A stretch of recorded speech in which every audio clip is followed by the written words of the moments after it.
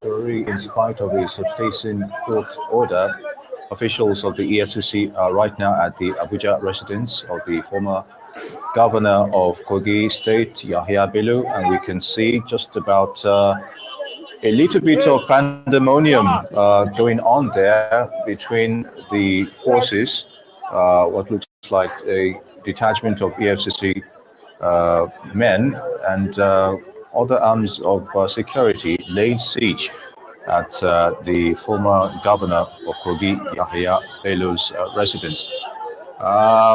Some movements there by cars and all manner of vehicles. Earlier, we spoke with our correspondent Ferdinand Duroha, and it seems to be a developing story regarding that scenario. Of course, it looks like a bit of chaos and pandemonium going on our screens right now. The EFCC has barricaded off Yahaya Bello's residence. We're not sure who exactly is in this Hilux vehicle. I'm sure it will be revealed very soon. Angry shouts, not sure if it's supporters running off the operatives or if they are assisting them. This looks like an official car of some sort. Yeah. Who is inside? We are not too sure as well, but we would assume that things are going smoothly as they try to get Yahaya Bello from his residence. These are live images right now from Abuja. The EFCC is present and has barricaded off the residence of former Kogi State Governor Yahaya Bello. Details will be emerging as exactly what the situation is and whether or not he is the one in the car and whether he is heading to EFCC offices as we would assume protocol would be. There seems to be some tear gas or terrible exhaust. It sounds like gunshots as well. Yeah. We're hoping things stay safe, but it honestly looks like the chaos is ramping up. It is ramping up, and it's assuming a wider, not too comfortable dimension in that regard. Both roads or both thoroughfare has been cordoned off by the contingent of EFCC men at the moment. And a statement by the media office of former Governor Yahaya Bello, which says that despite a subsisting order of injunction granted on 9th February this year by the High Court of Justice Lokoja Division in a suit between the former governor and the EFCC, restraining the commission either by itself or its agents from harassing, arresting, detaining, or prosecuting Alhaji Yahaya Bello, pending the hearing and determination of a substantive fundamental rights enforcement action. Now, well, if anything, going by what we're seeing right now, the EFCC action is not going by that court injunction so far. The EFCC was also duly served with that order on the 12th of February this year, and on the 26th of February 2024, which it filed that appeal. EFCC versus Alhaji Yahaya Bello against the said order to the Court of Appeal Abuja Division. The appeal was also accompanied by a motion for stay of execution of the order of the High Court, which the Court of Appeal adjourned for hearing till the 22nd day of April 2024. And of course, you want to say? Yes, and it is, once again, you're watching Newsday. We are tuned in live to scenes from Abuja outside of former Kogi Governor Yahaya Bello. The EFCC has barricaded themselves. They are present on the scene, and chaos has, of course, ensued. The EFCC had earlier dragged Yahaya Bello and his nephew, Dauda Suleiman and Abdul Salam Hudu before Justice James Omotosho of the Federal High Court in Abuja. An amended charge in March 2024 over alleged 84 billion naira worth of money laundering. Well, it seems the EFCC has been very busy in the last couple of days apprehending individuals well known within our society. Yahaya Bello is now the focus of this particular situation. They're shouting that we saw earlier, tear gas, trying to disperse some individuals. Shaky camera lens aside, it seems that we are right outside of the residence, and there are quite a few people still around. There are gunshots. We are unclear whether or not Yahaya Bello is in the building or in one of those cars. We are assuming that they are trying to take him to the EFCC building for further questioning or whatever the protocol may be. We also need to add that contrary to the injunction which was given by the court, the FCC had, or rather the judgment in the substantive case between Yahaya Bello and the EFCC is to be delivered at 12 noon today in Lokoja. So it's a bit of a miscommunication here. We don't know exactly whether that has been enforced in Lokoja and what we're seeing here right now in Abuja. Okay, so there was to be a substantive, the case rather, a judgment was supposed to be given at 12 noon today in the former governor's homestead. But what we're seeing here in Abuja is, a bit of a mixed grill here. Yeah, and we see a rabble rouser trying to whip up the sentiments of the crowd. It seems things are still quite chaotic, but that is usually what happens when the EFCC comes to your doorstep. They have barricaded themselves outside of the house of Yahaya Bello, former Kogi State governor. These are from charges stemming from, of course, money laundering and the sort. So, and if I may also add, you can't help but think there's a bit of. Okay, we have correspondent Ferdinand Durua to give us an update. Ferdinand, it's good to have you with us. Yes. Chaotic scenes, no doubt. What more can you tell us? Yes. It is assumed that he's going to come in and then see his principal and maybe have a word or two about it. Now, let's not forget, right now, I think the major reason for the chaos is the presence of two security forces. Unfortunately, when all of them paid with Nigerian taxpayers' money, in other words, all of them federal forces, and yet, the people from the operatives are from the EFCC who have come in with some policemen, and then also some policemen attached to the former governor of Kogi State and also the present governor of Kogi State. So we have three different security operatives around the complex, and it's not the kind of environment you want to be around. God forbid, because when you talk about the chaos, well, what we were hoping to see was with an arrest warrant, the EFCC operatives will perhaps have asked the operatives or the former governor's aide to stand down. But being that, the operations have been questioned by the former governor's aide, so that is exactly the reason why we haven't seen any of the security forces stand down. And so we are seeing security forces at a large with guns gotten by taxpayers' monies and all ready to carry out various instructions. Now, we do not know where the instructions are coming from, but already we know that for one of them, it is from the EFCC, who are saying that they want to prosecute and arrest. The other is from, the former governor of Kogi State, Yahaya Bello, and people who are saying that there's a court injunction stopping the EFCC from making any arrest.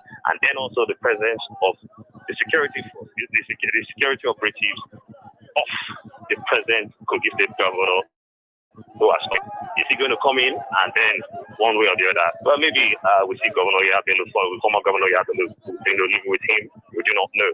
Then we are on ground trying to see exactly how much our lens can carry, even can accommodate, even in a chaotic situation. All right, Ferdinand, help us understand this. The court issuing this injunction, is it in Kogi State Because what we're hearing here is that the substantive case between the ex-governor and, of course, the EFCC is to be delivered at 12 noon today in Lokoja.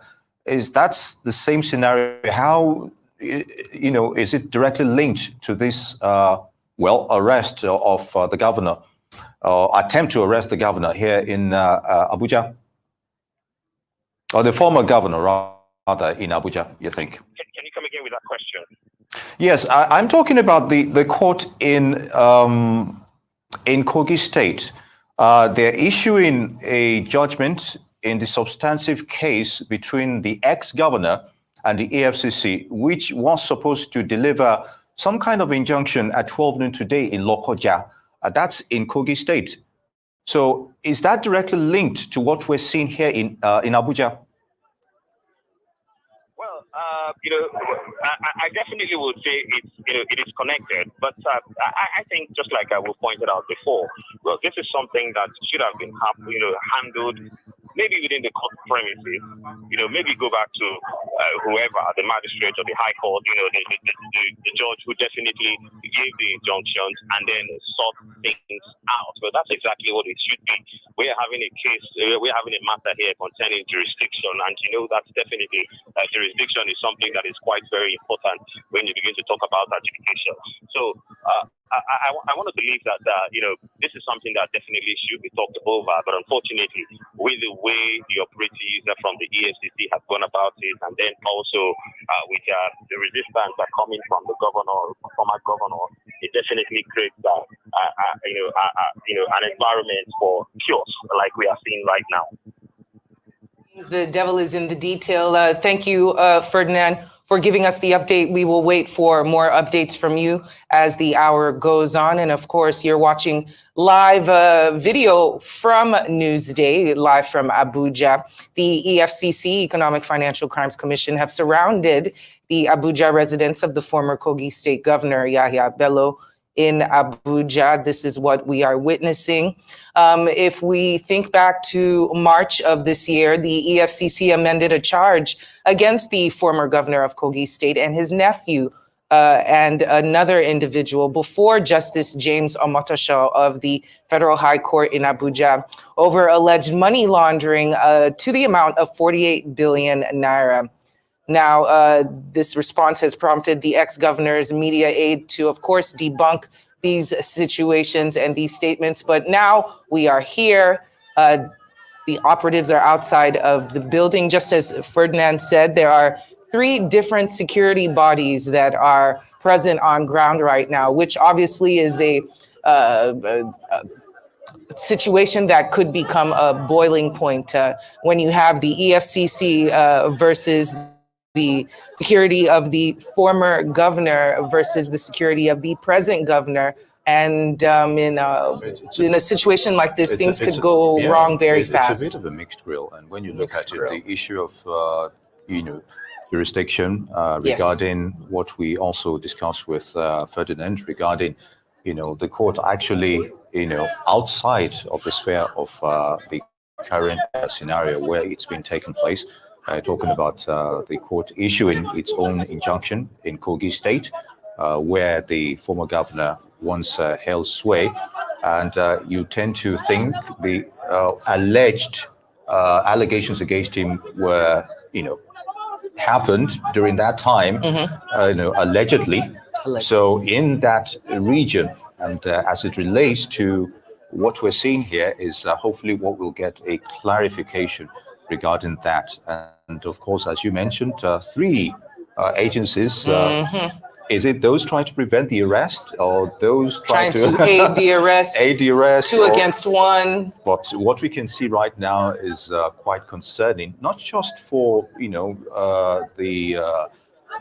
accused, but residents of that region.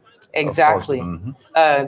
It is quite tightly packed there. It is quite a residential area, and there's a lot of onlookers that could be unfortunate casualty damage if anything were to go wrong. But the media office of the former governor is saying that the EFCC's actions today are an attempt to embarrass and harass him with spurious allegations that date back to September of 2015, before he assumed office. The ex-governor's media aide further claimed that the EFCC was being used as a tool for settling scores by desperate politicians, compromising integrity and Nigeria's image regarding the rule of law. Now, prior to all of this, the EFCC had arraigned Yahaya Bello's nephew, Ali Bello, for alleged money laundering involving 10 billion naira belonging to the Kogi state government. We are still unclear as to the reasons for this raid. Me had earlier been talking about the jurisdiction, him being served in Lokoja versus Abuja. Our correspondent Ferdinand Duroha is around, and he will be giving us updates as the situation unfolds. But we will be taking a very short break right now. Do stay tuned to Newsday as we watch as these live events unfold.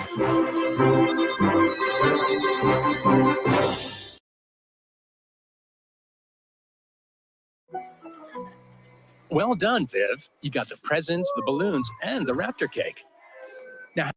So what exactly is going on with the issue of former Governor Yahaya Bello of Kogi State? That is the first conversation we'll have. We're meant to have one of the officials of the state government, but we hope he's going to join us at some point. We're now being joined on the program by a senior advocate of Nigeria because the legalese is a lot. So we needed a learned mind to help us lay people to understand what's going on. Mr. Kayode Adelola is a senior advocate of Nigeria. He joins us via Zoom. Mr. Adelola, thank you so much for coming on the program.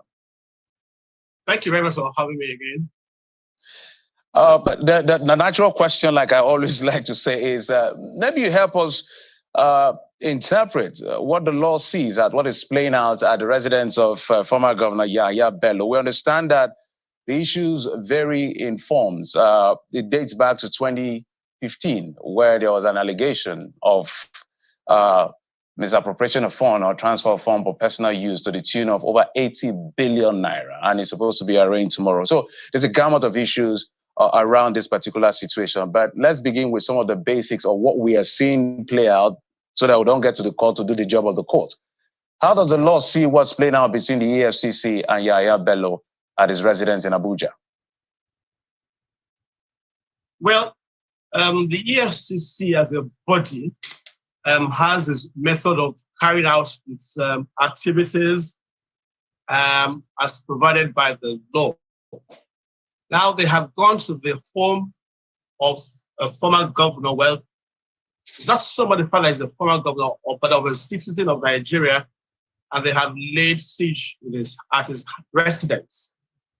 The man is asking the court to say that these people have no right to infringe his human rights in all ramifications.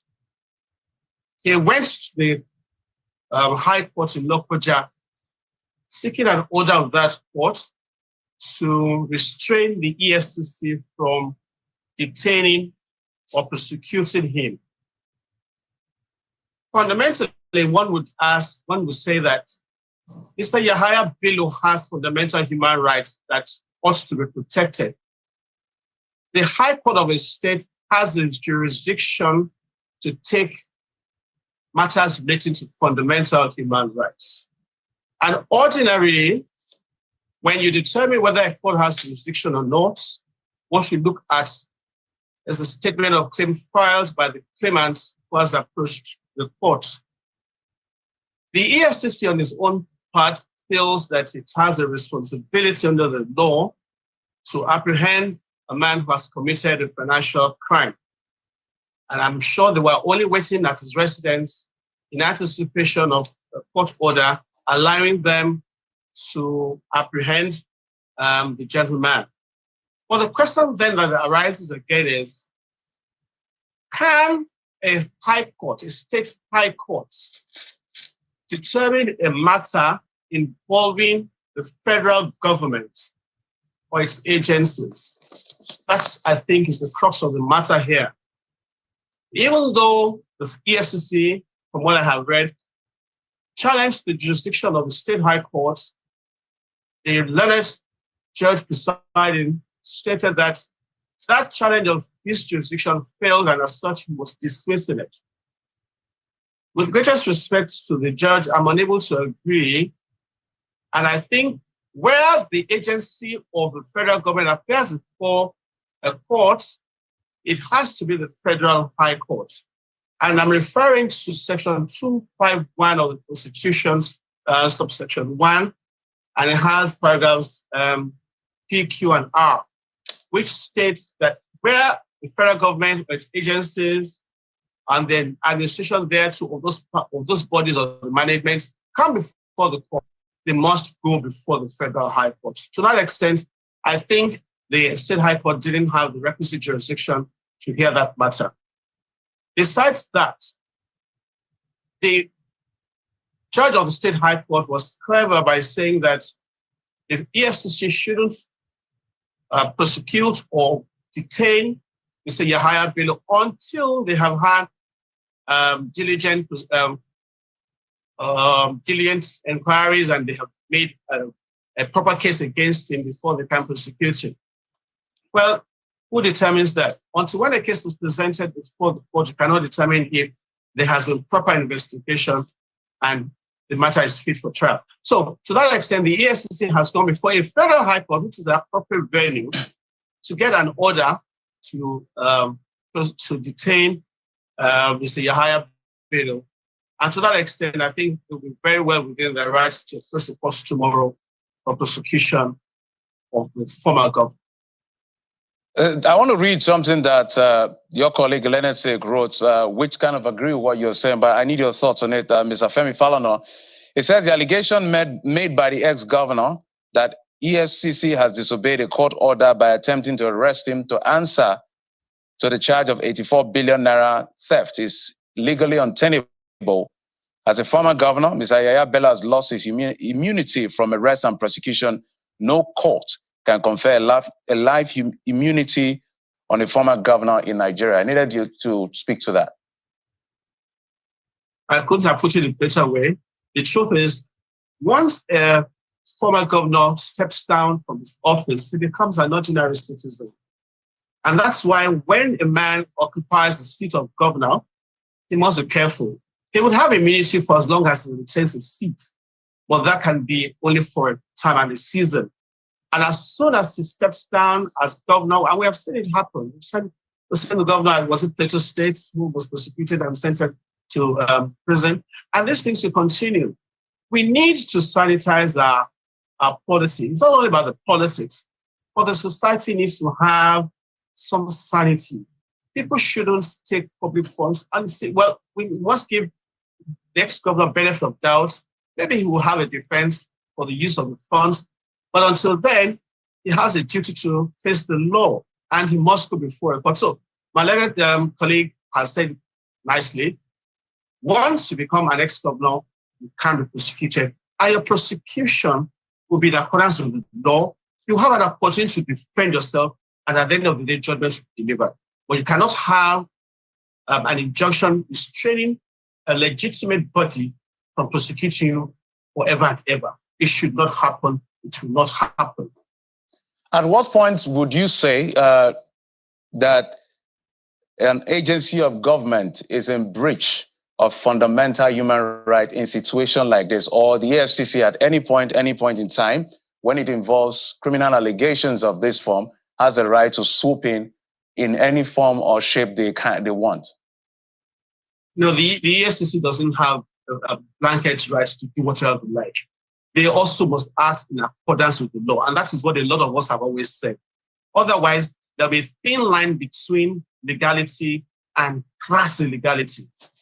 If you want to arrest a man, get a proper court order, a warrant of arrest, approach him, knock at his door, demonstrate that he has, there's a warrant to arrest him, and take him. And even in doing so, you must treat him with humaneness, you must treat him with honor and dignity.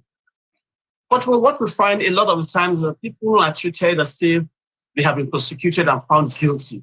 That cannot be right. The EFCC, under its new management, must have a meeting with its agents, with the members of its staff, and tell them that however difficult it may be to apprehend a suspect, you must go through the whole gamut of the law. I was discussing this on the platform with a colleague of mine who said that the siege on the house of the gentleman was wrong. I said, yes, but it's not my responsibility to determine what is right or wrong for the EFCC. If a man's rights have been wrong, they would have a right to go to court to challenge the way the EFCC has acted.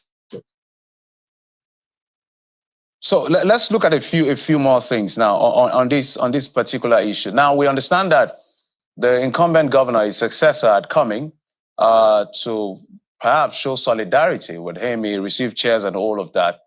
I don't know whether he's still at the home of his predecessor or not. Given the premise you've laid as to the EFCC having a right to do their job, now they are at the entrance of his house, they can't enter, but the governor can enter and see his quote-unquote former boss or his predecessor. Why can't the EFCC effect the arrest if the governor can enter? What is holding the EFCC back? Well, I do not know what papers the EFCC has right now. I don't know if anything has been signed. But really and truly, they have the right to go into a house if they believe that on that premises there's a man for whom they have a warrant of arrest. And I do not see what is stopping them, except, of course, they believe that there could be a further breach of peace, and they do not want that to happen. So I think it's a good thing for them to act in accordance with the law and with decorum, and without necessarily being shy of their responsibility as enshrined under the law. So what options are they left with right now? Because we've seen some of these things play out. I'm talking about the EFCC. We've seen the Okorocha incident in the past and a couple of other incidents. What options is left for them? Because you had mentioned something like if they notice or they perceive that this may spiral out of control and they don't want to bring some level of unrest, what options are available to them?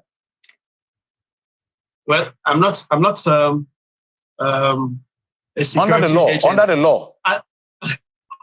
Under the law, I believe they have the right to use reasonable force to go in there and apprehend a man in respect of whom they have warrant of arrest. So on the issue of this, let's dwell a bit on this issue of conflict of courts. When it comes to incidents like this, we've seen this. I think I've spoken with you on this before.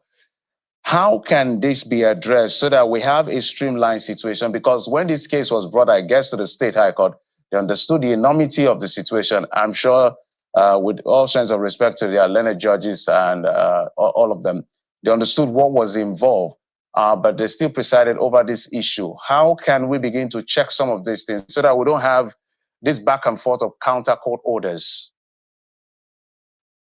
This might sound crazy, but protein is actually the #1 cause of arthritis and joint pain. With all sense of modesty, I believe that anyone who has gone through some legal training would know at what point in time his authority is being exceeded, whether as a legal practitioner or as a judge. If a matter is brought before a judge, what he needs to look at are two major things: the parties and the subject matter in the claim brought before him. If the High Court judge saw that the EFCC was a defendant, he simply should have told the parties that I will not be able to handle this matter, take it to the Federal High Court. But then again, the defendant, the claimant in this situation, Mr. Yahaya Bello, was a governor only until the man I was speaking yesterday. So, you understand what I mean by that. So the judge probably felt he had a responsibility to him. It's not right. We should not allow our jurisprudence to go to the dogs. We know when we have no authority. The constitution is very clear. A federal government agency can only be sued at the Federal High Court. Even in matters relating to land, where the federal statute, the Land Use Act, says for matters relating to land, the State High Court has jurisdiction. when you look at vis-a-vis the Constitution, which gives the Federal High Court the authority to take matters relating to federal government and its agencies, you know that the state high court at that point in time must yield authority and jurisdiction to the Federal High Court. So we should, as lawyers, whether sitting advocate or not, and as judges also, look at these matters carefully so that we do not act as though we're ignorant of these things. It's just not right. That's my opinion. And I think we should, as lawyers, speak to each other frontally and agree that when these things face us, we should simply tell the clients, no matter how much you're going to pay to me, I should not bring the jurisdiction of the courts and the judiciary as a whole to ridicule. That's my view. I do not intend to bring you into the politics of things, but I will walk around the fine lines of it, as well as I do not want to bring you into issues that are subject to adjudication. You're a senior lawyer, so you know this better than I do. But in this particular instance where this standoff is still on as we speak, I haven't gotten any update as to whether or not they've been able to arrest him. I'm looking at my phone, walking the phones, my tablet to see whether there's an update on that. But while this is going on, who intervenes in a situation like this? There are court orders and EFCC waiting, maybe worried over what could happen in terms of breakdown of law and order. Who intervenes? Or this standoff can be there as long as it can remain? As I said earlier, I think the EFCC is merely trying its best to achieve its end, its legal end, without having a breakdown of law and order. There are several people who are out there who are supporters of Yahaya Bello, but still, the law still has to be obeyed. If there is a subsisting order of the court that has the jurisdiction to grant that order to arrest Mr. Yahaya Bello, and I still believe that the EFCC has the right to use reasonable force to arrest him. So we cannot wait ad infinitum. Mr. Yahaya Bello, if there's an order of the court saying that he should be apprehended, a warrant of arrest, properly signed by High Court, the EFCC has the authority to use reasonable force. But then again, we would then say that, on the other hand, there is a judgment of the State High Court. Should we disregard that until when a judgment has been set aside by the competent court of appeal, we really must still obey. So there, in our faces, we have two conflicting orders. What should we do? Honestly, if you ask me, at some point in time or the other, those who have participated wrongly must also be brought to book. I say no more. 4 reasons why you shouldn't switch to the internet's favorite laundry detergent. Did you know the internet's favorite? All right, on a final note, before I let you go, we've seen instances of these cases. I'm just tempted to ask, what can we do in terms of our laws? Because sometimes attention is so much on the federal government, we forget that there are subnationals. And some people have said that there is allegedly more corruption at the subnationals than even at the federal level. But because everybody's looking at the president and his cabinet, we get lost in that whole cycle. What can we do in terms of legislation to begin to curb some level of, I don't know, some of these corrupt practices allegedly that happens? Because it's mind-boggling when you see the presentation of anti-graft agencies. Some have been successful in putting some of them in jail, others have not been, most have not been successful. It feels like legislation is just not enough to curb bad behavior. Allegedly, I must add that line on a final note. I'll say this. You can have the very best of laws, you can have the best of statutes governing you, you can have the best of constitutional provisions. If those of us who should work these laws and these constitutions not put our mind and our soul to getting them properly worked, it will just go to nothing. Let us take, for example, the abuse of the Naira. We all know that the abuse of the Naira is governed by legislation. But it's only until recently that we have begun to realize that there could be consequences for the breach. So unless we all participate as citizens, as lawyers and courts, in ensuring that these laws are obeyed, we'll just be making a mess of it all. But I think whoever flouts these orders or these rules or these provisions of the laws should be brought to book. We cannot continue as a nation as though we're lawless. We cannot continue to have situations where people flout laws here and they go overseas and then they're convicted. We should be able to punish misconduct and misbehavior here in our country. And let us continue as citizens to realize that we must stop at this point from allowing all things to go as we wish. We cannot continue to have business as usual. So for this, I think it's not about new laws. It's about ensuring that ensuring that those who participate in the workability of these statutes participate fully, and those who flout them are punished as provided by the law. Mr. Adelola, before you go, I know I said last question, but our correspondent is just confirming to me that EFCC has confirmed that the former governor, Yahaya Bello, has been whisked away by his successor. It's not certain whether he will show up at the arraignment tomorrow or if there will be any arraignment. So this is the latest information I'm getting from our correspondent saying the EFCC has confirmed that the former governor has been whisked away by his successor, Usman Ododo. So those are the stories we're getting, but we will get clarity to some of this. But I must thank you for bringing your insight and your thoughts. We had to walk around the fine lines of the law so that we don't talk about things that will be charged for contempt of court in any form or shape. But thank you for guiding me through this. Thank you. Thank you very much, Jeff.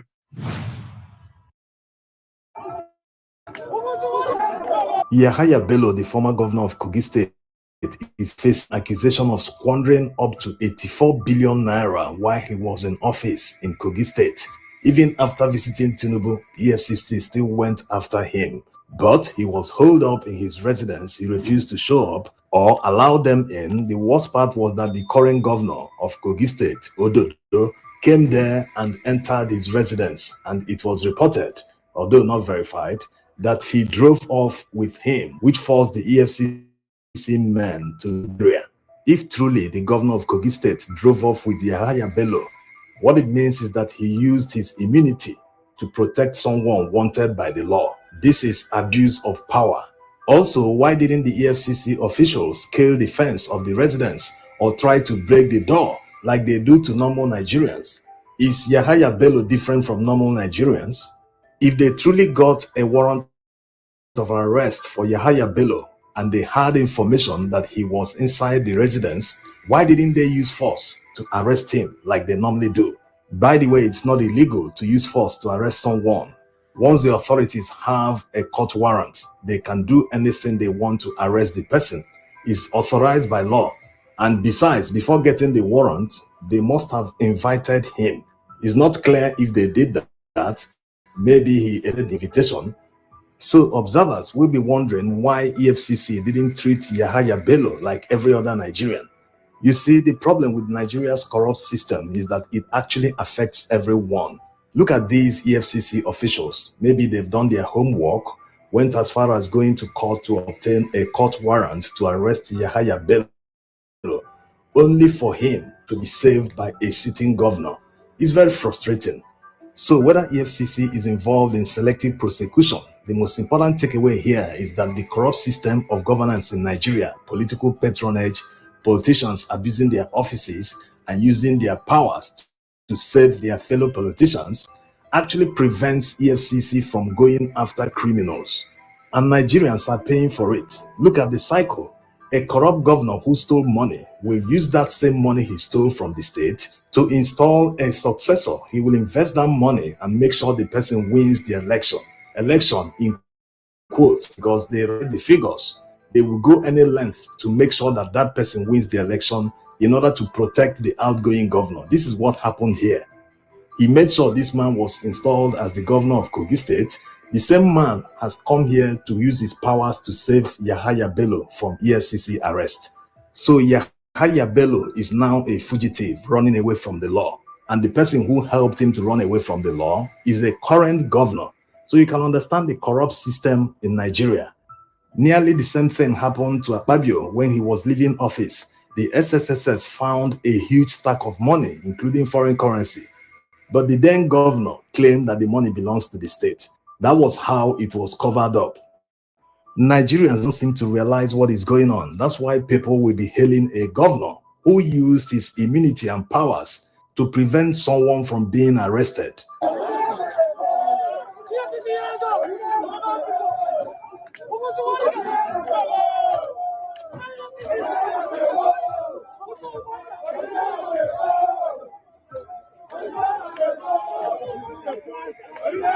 It's such a pity that Nigerians will be hailing someone that is actually contributing to their poverty.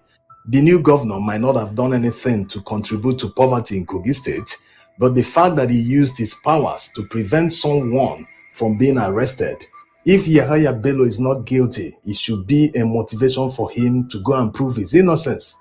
It's very simple. Anyway, let's end with the evidence presented to the EFCC 2 years ago by Dino Melaye and his team.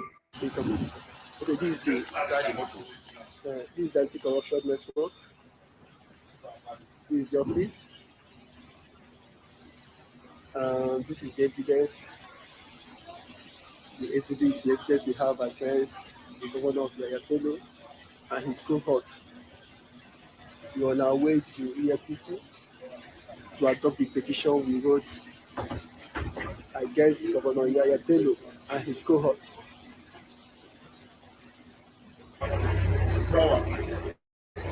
There's a deep pit inside the car.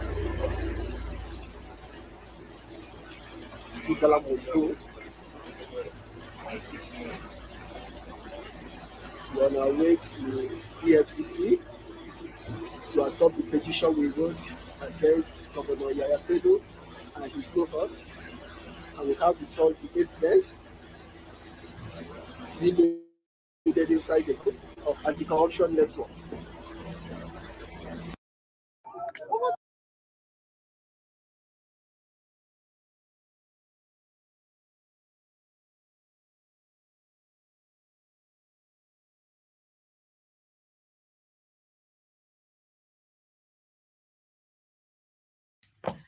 Hello, everyone. So, Lord have mercy, Nigerian politics. I'm telling you people, this politics, all of us must gather and tie it. At this stage where Nigerian politics we don't have the luxury of saying, oh, I don't want to participate in politics. No, it's when we have enough people, we have a critical mass that we know can take care of the political situation. That's when we have the luxury to say, okay, we don't have to focus on politics to be doing anything. All of a sudden, El-Rufai that sat down, all sorts of nonsense when he was governor doing his bragado. Now he has turned to opposition. I see a lot of people telling him, welcome to opposition. And then there are some people who they feel that they are the ones who have the right to talk. Some of us are like slaves to them. They see us as slaves, and so they feel that we don't have the right to talk. We don't have the right to have a say on certain issues. That's why when you say anything, they will come at you. They will do all sorts of things and whatever. But hey, this is what El-Rufai has to say.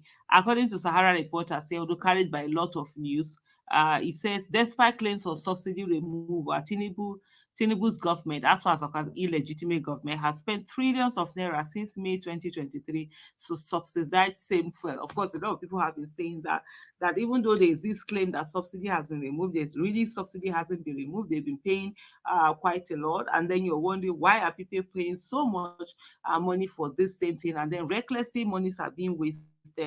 You see, where is this savings that they said is going to happen when this whole thing is done? I'm always categorical about that. I've always been in support of removal of fuel subsidy. Even in 2012, that was why I never joined Occupy Nigeria, because I actually wanted fuel subsidy to be removed. And for me, that was one of the best things that Goodluck Ebele Jonathan had done. But unfortunately, of course, with the protests and everything, and the fact that the messaging was not passed the way it should have been at that time. And then, of course, some of the things that the people then who were protesting against the fuel subsidy removal were saying was that even if they remove this fuel subsidy, they are going to be eating it corruption, and which is what we are seeing now also in this government, that the fact that the fuel subsidy has been removed, people are not feeling that effect. It's money being wasted anyhow in terms of cost of governance, and just that basic wasting of money. So a lot of people have also been saying this. But let me go ahead and read this. Well done, Viv. You pulled off a great party. Now here's a nice surprise for you. What they call it, Sahara Reporters statement message here. It says, El-Rufai made this known while speaking on Monday in Maiduguri, Borno State, at the occasion of a capacity building workshop at the International Conference Center, Musa Usman Secretariat, Maiduguri. Nasir El-Rufai, the immediate past governor of Kaduna State, has stated that Bola Tinubu-led administration has been subsidizing petrol known as Premium Motor Spirit (PMS) since its inception in May 2023. Remember, I think it was during his inauguration that he just made that reckless statement like that, just, first subsidy has been removed. Yes, you're going to remove. Like I said earlier, so I absolutely support first subsidy, but there are a lot of things that need to be put in place for that subsidy to be removed seamlessly and for there to be that growth that we need in our country. He affirmed that the development has so far cost the present administration trillions of naira since inception, added that if not because of the subsidy payment, the price of petrol per litre could have been much higher than that of diesel. Diesel is currently sold above 1,000 naira depending on the location, compared to PMS, which is about 600 to 750 per litre. El-Rufai made this known while speaking on Monday in Maiduguri, Borno State, at the occasion of the capacity building workshop at the International Conference Center, Musa Usman Secretariat, Maiduguri. I mean, that had been said before. I always say, I wonder why Sahara reporters just like repeating the same word. The workshop is meant for enhancing skills of government officials in policy implementation and productive human management resources for honorable commissioners, chief advisors, and special advisors, senior technical advisors to Governor Babagana Zulum, heads or chief executives of agencies and departments, tertiary institutions, and local government chairmen. El-Rufai said, a good leader must be decisive, and have the ability to make good decisions. You just wonder it's when they leave office that they all know what to do, how to say, what to not do. A good leader should be. Was he a good leader when he was governor? I thought he felt that he was the overall, the Lord in the Lord. Shana, I don't see him. Power. Hey. A good leader, according to El-Rufai, said a good leader must be decisive and have the ability to make good decisions, trustworthy, empower others irrespective of political, religious, or ethnic considerations, have clear communication skills, and resilient in all ramifications.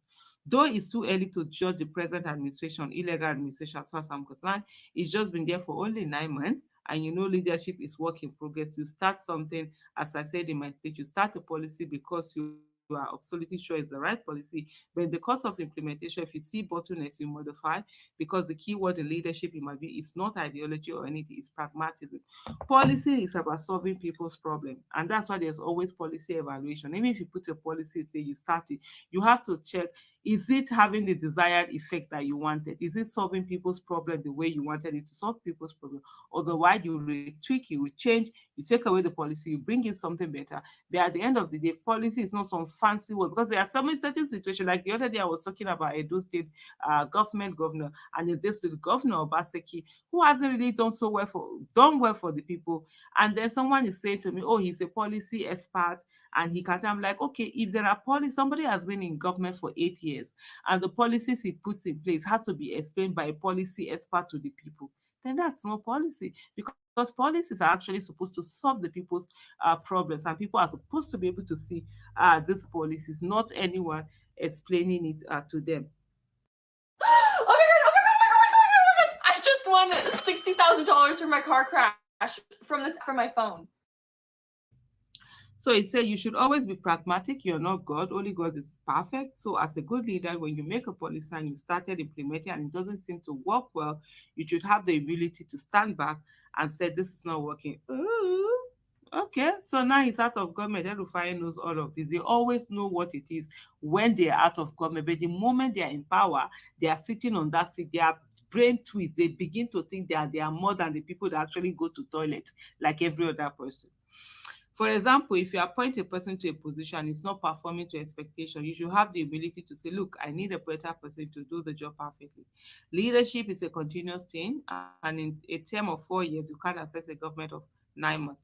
But as I also said earlier during my presentation, the removal of fuel subsidy by the present administration is another good policy by Tinubu. I've always supported withdrawal of fuel subsidy. I'm trying to think, was El-Rufai not... El-Rufai was part of Occupy Nigeria now. Yeah, so when did he start supporting fuel subsidy? Was it during APC? If I'm not mistaken, El-Rufai was part of Occupy Nigeria, which was against removal of subsidy.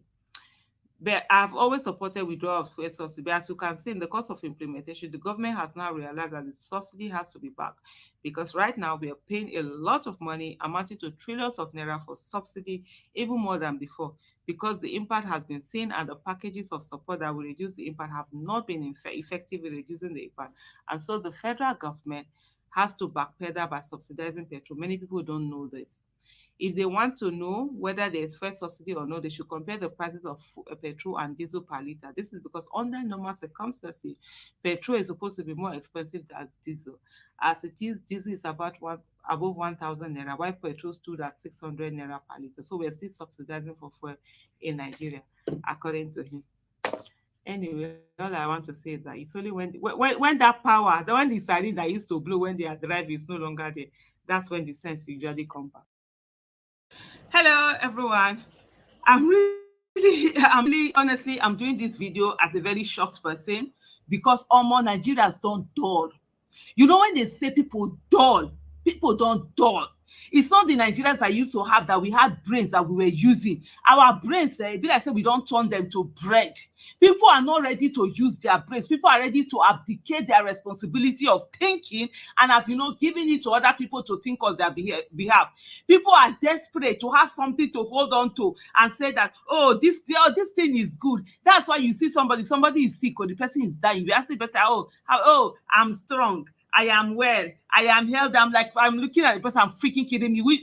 Which one you are healthy? You're sick. You literally can't even move. Or this is so you're I don't know this whether they think it's they've taken affirmation. No, say sometimes anything we want to do, we'll do upside down. Things are done upside down. When they talk about affirmation, they turn it into something else. That you see the person, you will see black like this. You're literally calling it white. That's the kind of thing we want to, because people want to say that, there's power in the tongue, there's there's power in the tongue. They tell you, say there's no power in the brain. You know, go process something, use your brain, think, see something as it be and say it. So for you to have context, I know that because honestly, sometimes when I vex na so things, and right now I'm really angry, especially at a lot of citizens who have turned themselves into MUU. When we say that they use their brain anyhow, me, I don't have any problem if you decide to be mumu and own your mumuishness and be responsible for your mumuishness. You cannot be abdicating your mumuishness for somebody else to be paying the bills. No. There me get problem. If you want mumu, hold on and take your full chest, take responsibility for it. I did a video, right? And I'm sure you probably have seen the video where I talked about the fact that, they are now coming to tell us that, we should thank Tinubu, that Naira has been brought down to, it's now less than 1,000. So I'm like, Naira was officially at 400 and something Naira. Tinubu decided that, he was not going to do anything. He was not going to, defend the Naira anymore. He was going to float it, do this, blah, blah, blah. Economists, you know what the terms are. And of course he did, without putting things in place. Nobody is not saying that. For me, even when it comes to subsidy, I always tell people, I've always been for subsidy removal. And I will always be for subsidy removal. But you don't remove something like that and not put these measures in place to mitigate the effect, mitigate and cushion the effect of that, whatever action, whatever policy that you've taken, right? And so he floated, and then Naira started flying. Naira went all the way to 2,000 Naira. Then all of a sudden, the things that he said he wasn't going to do, now he's doing it. He's defending the Naira. Naira has come down. And then, oh, I should thank Tinubu. So I did that video and I put it on my, and then someone comes on my time of this thing, my man, Subhanallah, Haba Aisha. Yes, Subhanallah. Haba Aisha. Oh, really? Oh, really? You are so desperate for you to look for someone. People think psychopathy is the same thing as patriotism. Or they be saying, oh, you're not patriotic. You don't love Nigeria. Yes, I don't foolishly love Nigeria like that. That's psychopathy. It's not. This one that you have, that you're looking for whatever to praise somebody, no matter how much the person has destroyed your life. Carrying rice, 10 kg, is it 5 kg or 10 kg bag of rice? Sharing it is not the thing. That is the thing in Nigeria, where people have been reduced to a bag of rice, 5 kg bag of rice. Why am I even calling it bag of rice? Because it's not bag of rice. 5 kg rice, 10 kg rice, or 10 kg grain, whatever. That's what people have been reduced to. Because people are desperate to be slaves. Of course, now somebody is paying the bills for them being slaves. They are not taking responsibility, financial responsibility for their slavish attitude and slavish mentality. You're not coming to tell me that, oh, Tinubu has stopped this thing, oil theft, and because of that, Nigeria is not able to meet its quota. We are selling 2 million. Is there how many million barrels that we're supposed to sell per day? Nigeria is not selling it, and that has led to more more dollars coming into the country. And of course, it's always about demand and supply. And so because of that, dollar has gone down. That's not the reason dollar is going down. No. If that's the reason, you not say, oh, okay, people can say, okay, they are doing something good. The legitimate government is doing something good. That's not the reason. You are not coming to say that, oh, let's even say diaspora remittance has doubled. Nigeria is now receiving $100 billion from Nigerians in diaspora, and so because of that, there is more dollar in Nigeria, and that has brought the price down. That's not the reason. No. You are not coming to say that, oh, Ray is the first microphone with autofocus for your voice. Instead of perfectly sharp pictures.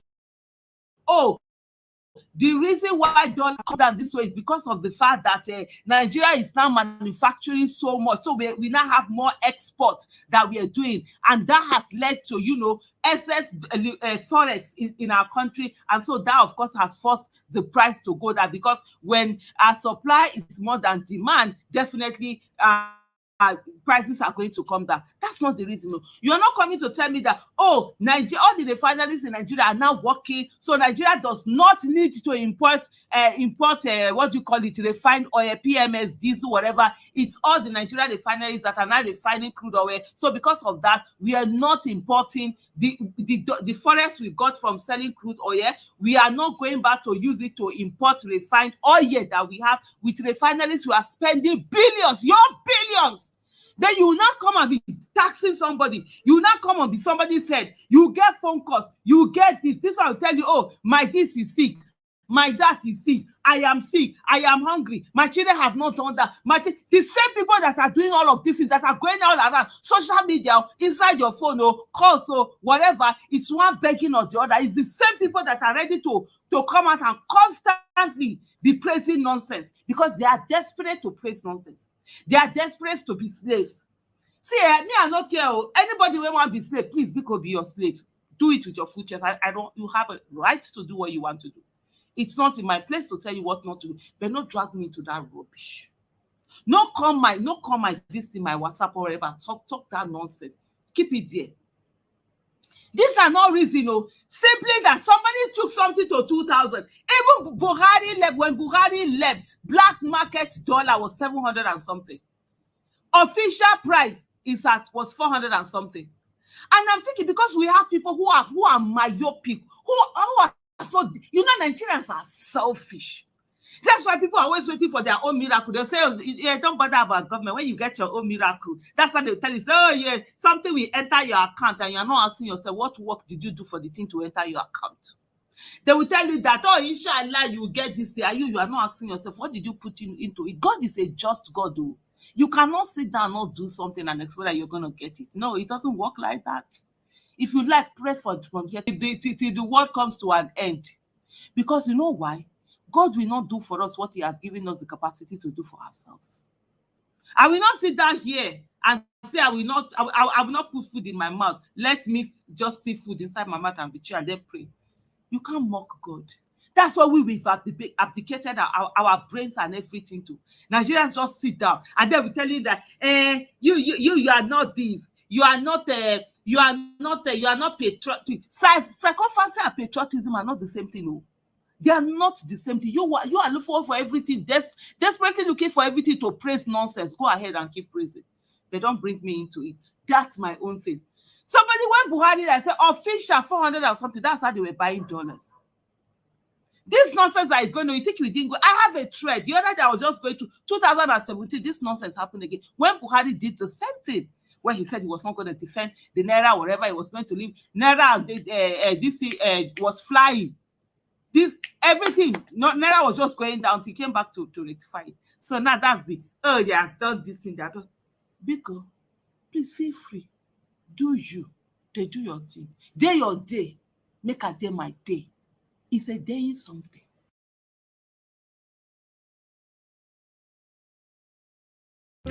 Didn't think it can get.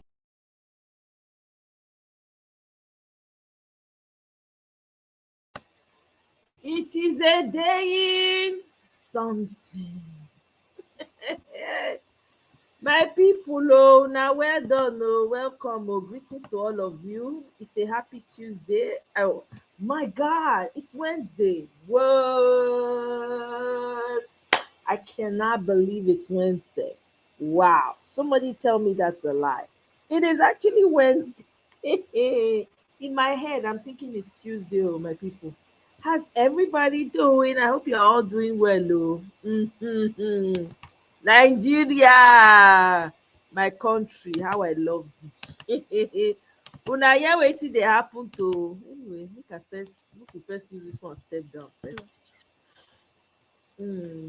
Let me just take this moment.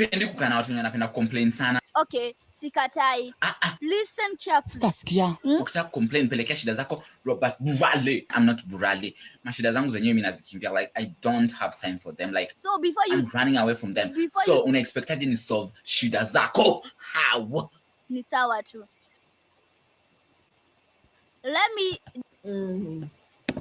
take your problems to Burale. Whoever Burale is here, I don't know, but I love this animation, by the way.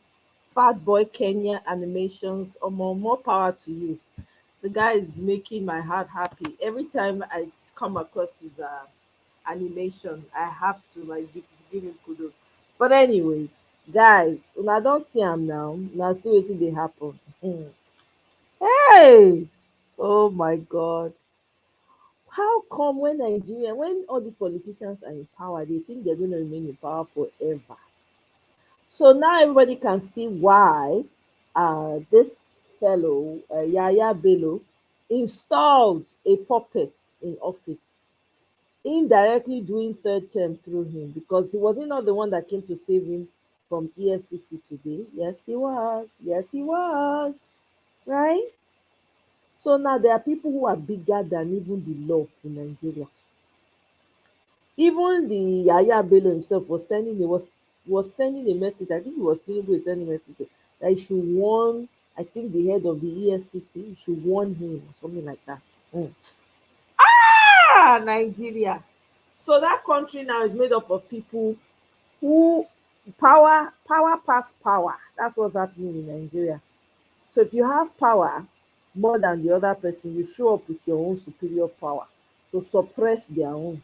Look at how EFCC were looking like abandoned children outside of the building.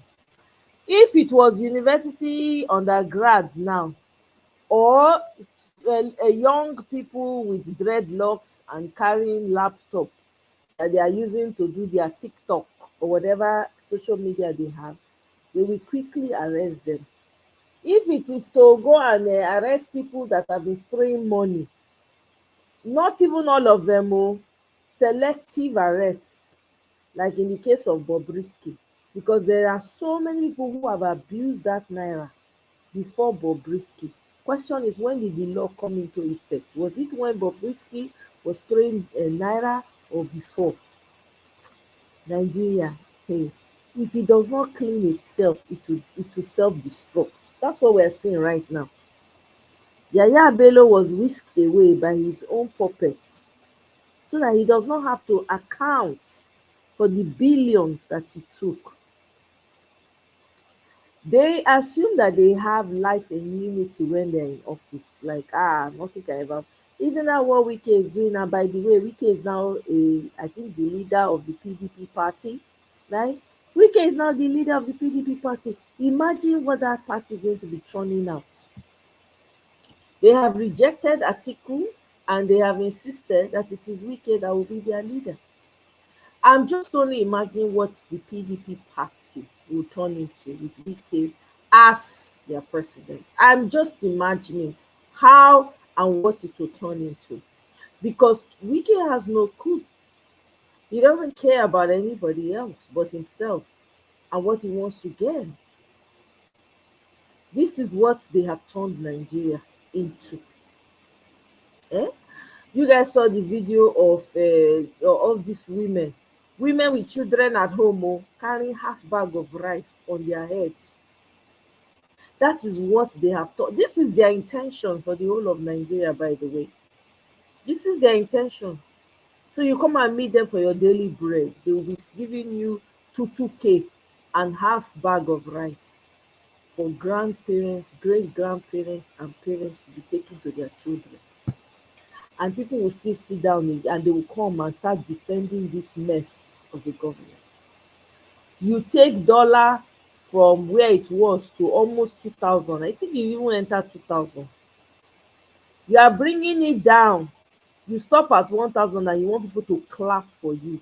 Isn't that what they do in Nigeria? They will create the problem. After creating the problem and make you suffer. When they now, with their own hand though, do whatever it is they need to do, not even try. We don't even know what's behind the dollar reducing. We don't know. All they do is just show. Meanwhile, the food in the market, the prices have not dropped. They're still the same. Nothing has dropped. Inflation is still high. There's still high insecurity. Matter of fact, the national grid collapsed how many days ago? Have they fixed it? No. Dangote came out and said he will reduce the cement. Is it cement now? From 1,000 to no, it is fuel, diesel, from 1,002 to 1,000. They want you to clap for them, and some people will really be clapping. Is it not a shame? I keep asking myself, what will it take Nigerians to decide, okay, enough is enough? Because this is clearly an insult in your face every day, all day. All these people keep stealing and stealing and stealing. They don't care. They're not even thinking about you. All they're thinking about is enriching, lining their pockets. At the end of the day, nobody can hold them accountable. If you try, they will raise thugs to come and fight for them. So you see, it's the same young people that they use. The same young people. You see how they encourage agberoism and being a tout in Nigeria among young people. Meanwhile, they are the older ones that are supposed to lead the way for these young people. But they are turning them into something they're not. They're using them as their attack dogs for their opponents. And the young people are allowing themselves to be used. They're allowing themselves to be used. Sometimes you call out these people, the same young people will come and fight with you and say, no. They'll tell you, you don't understand. That's what they say. They say you don't understand how it works. This is how the politics. How does the politics work? Politics that is suppressing you and making you lose your voice every single day. They are stealing your future, the future of your children, that of your children's children, and you are okay with it. You're not complaining, you're not crying, you're not screaming from the top of your lung and saying, no, this has to stop. You are watching these people rob you in broad daylight and you're not doing anything about it. Now this man, Nasser Rufai, is trying to come and clean up his monstrosity. That's what he's doing. No, nobody should fall for these games that these people are playing. Rufai wants to come out and clean his image. He's trying to look for ways to clean his image. Now he wants to be singing like a canary. All the things that we already know. How will he clean himself out of the gigantic mess that he has created? How? So he knows what leadership is all about. He knows what it is all about. When these people are in office, they think that nothing can touch them. Now he knows what leadership. The guy is just trying to clean up his image. Do not fall for it. Nobody, me, I'm not falling for it. Because there's nothing that man can say or do that will make him white in my own sight. I'm sorry. I am sorry. Because they knew how bad the situation of Nigeria was when they joined this man to rig the election. They knew.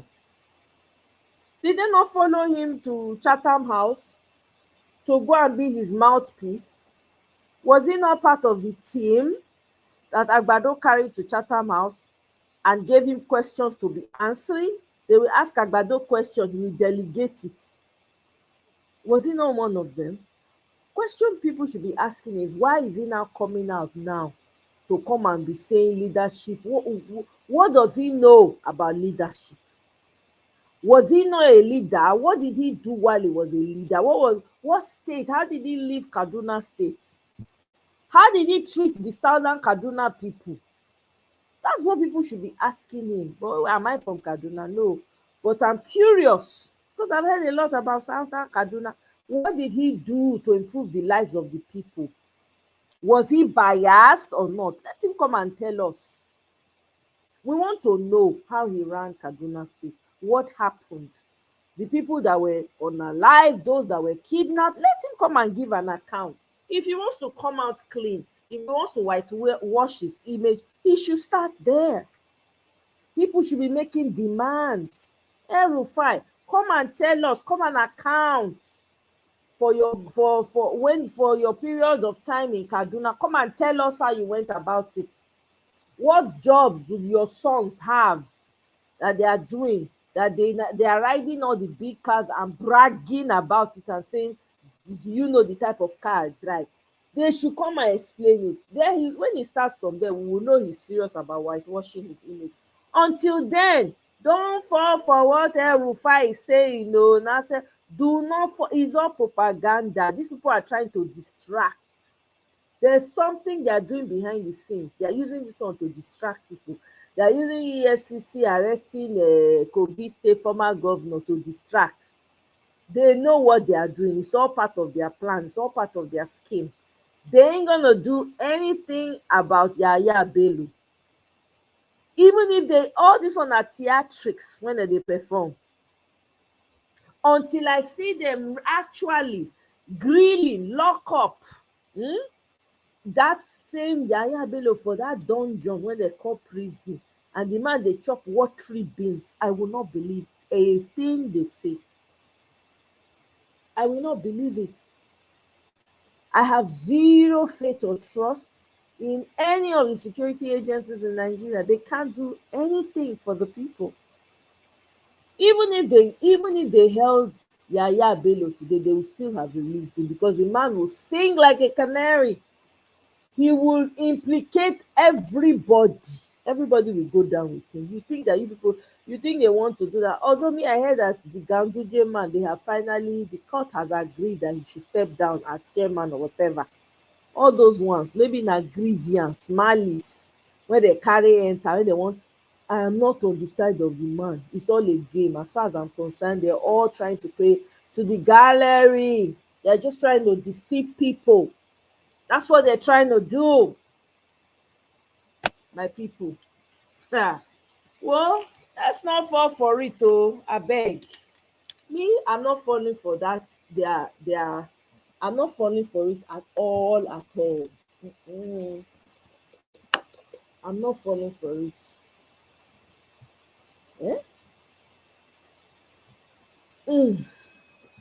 Anyway, Me, I say make I bring and come here, make we talk about them. I came to rant also, but I'm glad I found that Aisha Yusufu's video and she helped me rant the rant that I wanted to rant on the issue of those grandmothers carrying bag of rice on their head. I was very, very happy about it. So that's it. Oh, that's my rant for the evening. You guys have a great rest of the evening. Thank you for joining me. I will see you guys on my next one. Bye.